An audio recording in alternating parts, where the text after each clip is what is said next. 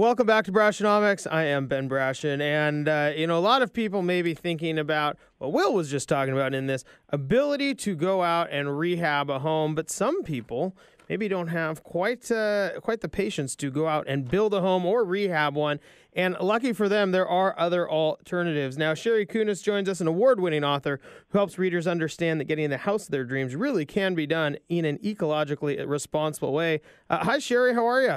I'm good. How are you doing? I'm good. Now, you were just in Seattle, huh? Yes, I was. I had a great trip to Seattle. Seattle's just a terrific town. Did you get, when were you here? I was there last week. Nice. Yeah, it was really fantastic. I got to see some of your sites, and I got to visit some of the many manufacturers that are now doing prefab in Seattle, which is really an amazing market.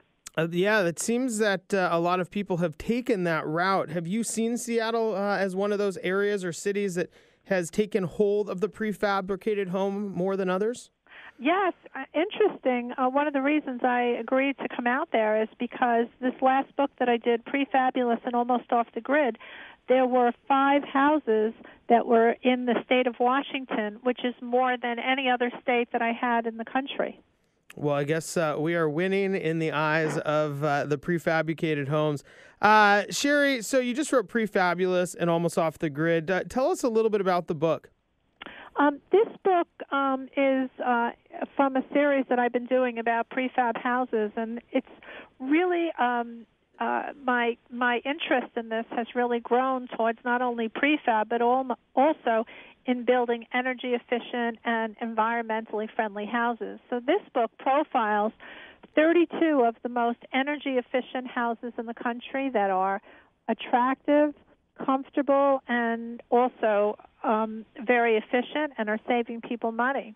Now, go ahead. I think it's really the future of home building. So this is probably 180 degrees different than what a lot of people consider a prefabricated home. A lot of people may be thinking single wide, double wide, stack them together.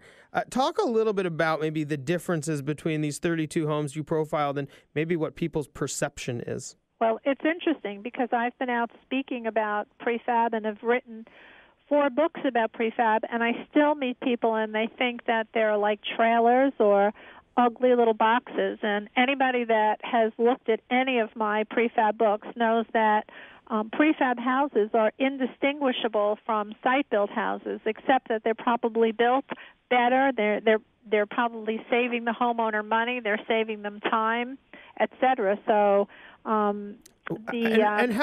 is it that they save the homeowner time and money? Well, particularly in some parts of the country, there are only some times that they can build. There are like here in Seattle, by the way. Well, probably not in Seattle. Seattle, they could probably build 12 months of the year. But houses are built in a factory with professionals, and they are very comfortable working conditions where the materials are being protected from the elements. So they're being built on a schedule that's unbelievably faster than a site-built house. And also, on a site-built house, you see dumpsters in front of the house filled with materials. And with most prefab construction, there's limited waste because a lot of the materials like drywall and metal are recycled, and the wood parts that are cut off are saved for other houses. So there's very limited waste, and all of that waste that goes into a dumpster is something that the homeowner is paying for. In prefab, they're not paying for that. It sounds to me a little bit as if this is the assembly line for houses in the same way that Ford made cars affordable for people. This is somewhat in that same fashion. Well, would you like to have your car delivered to your driveway and call a contractor and say, can you put this together?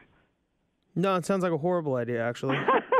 So I think that with the same expertise and professionalism that you want with your car, you should want that same professionalism with a home construction. And that's what you get with most of these houses that are being built prefabricated. It actually seems like there's probably a lot less margin for error because these are being built the same way over and over in like you said, a very controlled environment.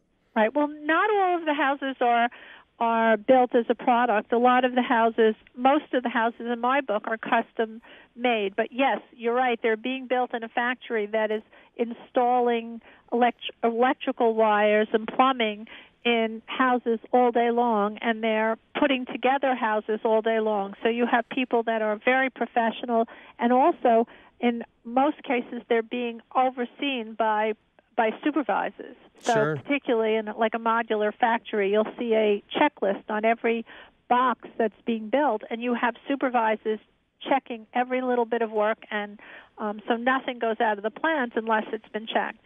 And the same kind of thing with panelized or structural insulated panels. All of those are tested in the factory to make sure that they are as efficient as they're supposed to be and that the materials are safe and so on.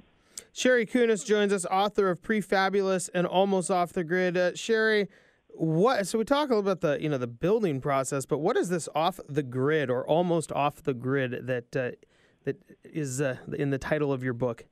Okay, well, what that actually means is that houses are built so that they need limited energy. Off the grid would mean that they were not connected to the utilities, and that's not really the optimal situation. I mean, there are houses in the book that are off the grid, but in many of the houses, they don't have anything producing energy, and they're just built so efficiently that they don't need very much energy.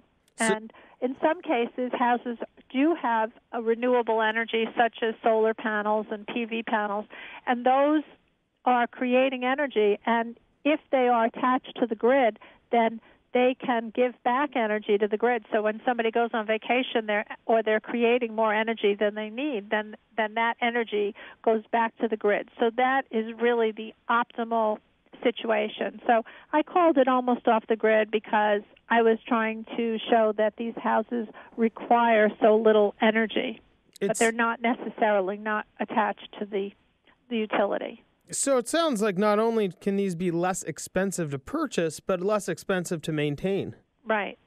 People that build houses this way with extra insulation and better windows and less thermal bridging, they start saving money the day that they move into that house because they're going to be requiring less energy from day one.